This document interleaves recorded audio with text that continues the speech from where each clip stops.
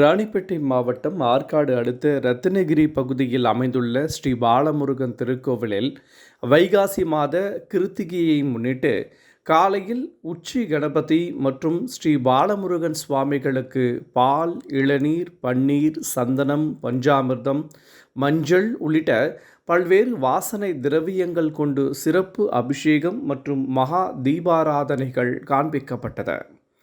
இதனைத் தொடர்ந்து மாலை கோயில் மலை அடிவாரத்தின் கீழே பிரம்மாண்டமான முறையில் கட்டப்பட்டுள்ள அறுகோண தெப்ப குளத்தில் ஸ்ரீ பாலமுருகன் சுவாமி உற்சவருக்கு சிறப்பு புஷ்ப மலர்களால் அலங்காரம் செய்து மலையில் இருந்து மங்கள மேள தாளம் முழங்க பக்தர்கள் சுவாமியை ஊர்வலமாக கொண்டு வந்தனர்.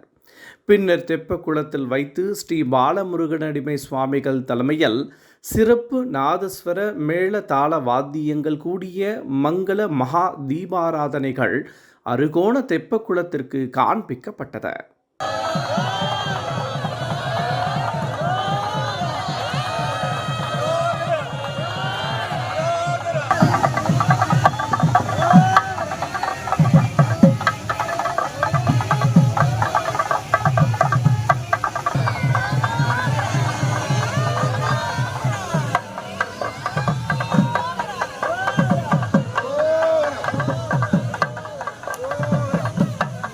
பின்னர் அங்கு கூடியிருந்த அனைத்து பக்தர்களும் முருகனை மனதில் நினைத்து அரோகரா என்று பக்தி கோஷங்களை வெளிப்படுத்தி தங்கள் கைகளில் இருந்த அகல் விளக்குகளை தெப்பக்குளத்திற்கு காட்டி முருகனை வழிபட்டு தரிசனம் பெற்றனர்.